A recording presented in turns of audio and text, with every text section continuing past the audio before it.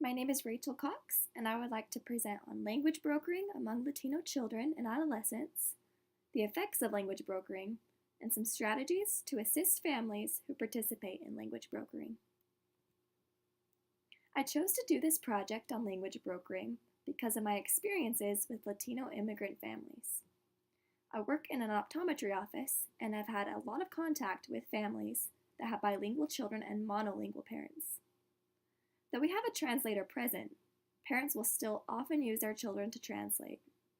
And because I've been in the room with them and I've seen that I have firsthand seen the benefits and the consequences of language brokering, and since then I have become very interested in the family dynamics and parenting strategies of those that participate in language brokering, as well as the effects and the impacts that it has on society. In the United States, nearly 76% of Latinos ages 5 and older speak mostly Spanish at home. As you can see, first-generation Latino immigrants are more likely to speak Spanish at home, and they typically know very little English. Also, 40% of Latino families are those first-generation immigrants. Because of the culture of the United States, many professional and legal communications happen in English. Therefore, the Latino families that have experience with English may already have an advantage over those that do not have as much of an experience with the English language. Language brokering is defined as the act of a bilingual child translating and interpreting for their monolingual parent. Though this can happen at any age, I'd like to focus on elementary age children and young adolescents and the effects and impacts it has on their development. It's also important to note that language brokering is most common with first-generation immigrant families, but could also include refugee families or even second-generation families. It just kind of depends. There are many factors that play into a family's use of language brokering.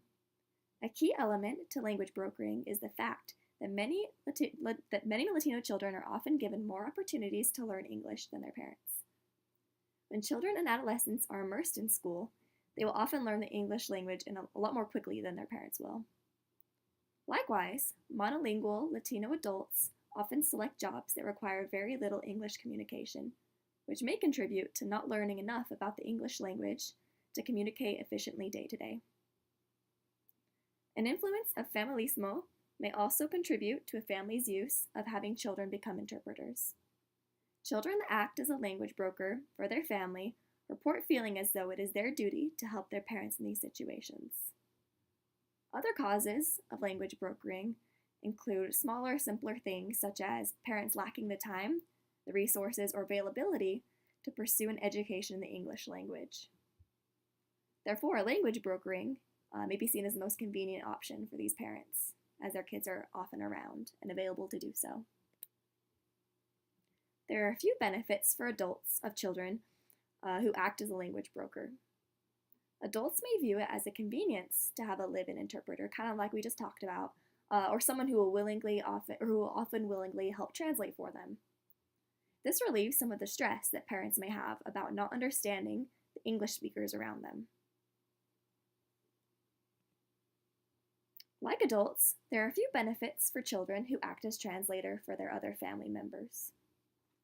Children may experience an increase in various experiences and situations that will help shape their cultural identity. By spending time in settings of both the majority culture and time with their families, they are better able to understand and appreciate the strengths of both cultures. Likewise, children who participate in language brokering may have a greater sense of purpose as they are given more important responsibilities. This can contribute to a greater sense of worth in younger children. Children are also more likely to grow in terms of English comprehension as they are exposed to English at much higher rates than their parents. The children that participate in language brokering are more common to grow up in a biculturated type setting than those who do not, because again, they have influences from both the majority culture and their family life. Though there are some benefits to language brokering, there are many negative effects for both children and adults. Adults that participate in language brokering are less likely to take the initiative to learn English, as there really is only a small need because they have a translator ready. This could pose some challenges later on in a parent's life, particularly when the child is older or is just for some reason unavailable to translate for them. There is also a risk of depression or other mental illnesses, as parents may feel shame or frustration when turning to their children for help time and time again. Parents will also experience an increase in dependency on their children, which may reframe the entire family structure, obviously causing some stress within the family. It is important to note here that many children report that they really do not have any specific problems with acting as a translator for one or both of their parents. It truly is a cultural thing that they view it as a good thing.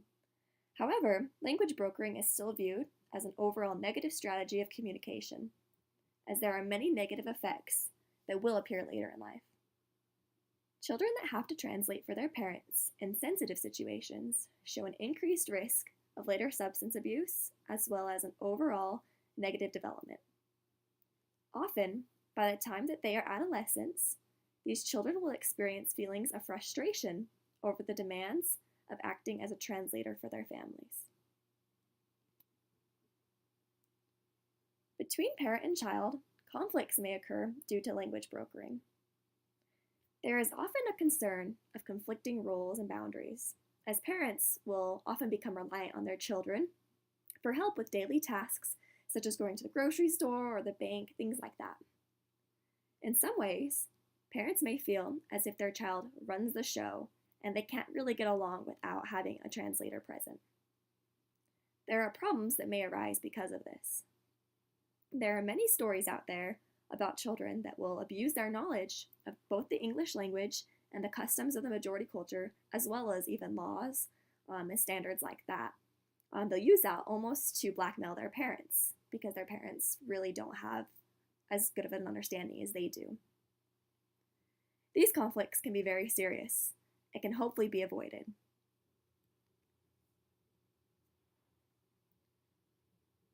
When looking at societal trends, there are many instances in which families have difficulties communicating in business and educational situations. It becomes even more concerning when children are having to translate in situations that are a lot more extreme, such as legal offices or medical clinics. Fortunately, in many states, it is actually illegal to have a child as a translator in these types of situations, such as at a hospital, a lawyer's office, things like that. And the facility actually must provide a translator. This is a good thing. This will hopefully prevent some of these problems and these misunderstandings from occurring, and kind of give these kids a little bit of a break with these more demanding and a little bit more stressful situations. Lastly, it can be assumed that children will feel the stress of having adult responsibilities even from a very young age, and that may be something that they will carry with them. With all these children that are acting as language brokers for their families, it'll obviously have an impact on the later society as these children grow up and become adults. So of course, it's important to look at the things that can be done to prevent this. When attempting to prevent the negative effects of language brokering from occurring, a few things need to be kept in mind. Time and time again, research shows that the best outcomes for Latino families is when both parent and child take the necessary steps to learn English efficiently. This is best accomplished with a bilingual approach to learning English, as it enables both parent and child to have the same understandings of both languages. This is arguably the most culturally appropriate way to teach language, kind of with that bilingual perspective, as it does not infringe upon the culture and the language of diverse populations, but instead it rather teaches them the skills that they need to live productively and efficiently where English is a common language, and to hopefully still have those skills in their home language of English or wherever they are from. Hopefully they'll still have those skills there and those customs. Locally, there are a few programs that may assist a family with the resources that they may need to discontinue language brokering. Just here in Davis County, Davis School District has an adult education program. This program, though it was originally set up to just help adults get their GED and high school equivalent, and now educates adults of all ages, genders, and ethnicities on a variety of different subjects. There are classes specifically for adult Spanish speakers that would like to learn how to speak in English. And many of these classes are parents who would like to discontinue language brokering and to become a little more independent from their children. Likewise, dual immersion programs within elementary schools may allow children to benefit from having both English and Spanish teachers. But as well as helping the children with these bilingual skills, it will often provide parents with some assistance as well. For example, Spanish-speaking parents may have access to Spanish-speaking teachers in their child's school. If there are miscommunications or problem at school of any kind, and perhaps maybe the Spanish-speaking parent is unable to understand or to comprehend kind of what is going on, hopefully the Spanish-speaking teachers could offer some relief and step in and act as translators, again, to kind of take the load off some of these children that are language brokers in their family. So looking at these challenges of intervention and kind of ways to help prevent language brokering, there's a couple of different things to keep in mind. The first one is the need to be culturally sensitive. This means refraining from infringing on the rights and beliefs of family members. So education can be a big key here in educating parents on this presentation as far as the negative effects of having children act as language brokers, but at the same time, hearing their thoughts, their opinions, what both parent and child think. As again, it is very much a cultural-based practice of Familismo, of course, helping out the family. So it's important to look at their beliefs and their culture and kind of take that into account. Also, it's important to know that families may truly lack the time or the ability to participate in these programs, so alternatives may need to be looked at. This could be a variety of different things. The first thing that comes to mind is online language learning programs. They have different programs online or things they can do at home that hopefully some of these parents can either meet up with family life educators or just in their own home work on these different skills. Also, lastly, many parents just do not have the awareness of these programs. So it may be a benefit to reach out to these parents. They may not see language brokering as that big of a deal, especially if it's low demand and the children aren't needed as often or in serious situations. So it could be of some benefit to reach out to some of these parents and to kind of explain just why it is important for them to take the time to become independent from their children. Just in conclusion, there are both benefits and negative outcomes for children and parents who participate in language brokering, as we mentioned. So of course, the best alternative to language brokering is to have both children and parents exposed and enrolled in bilingual programs where they can adopt the skills necessary to communicate efficiently in both English and Spanish. It is also very important to address these communication problems early, as we talked about many times, even as young as first graders are acting as language brokers in their family. My experience at my clinic, I have had as young as 5 years old translating. So it's important to reach out to these families very early, just to ensure that each family member will be given the same opportunities for success. Thank you for your attention.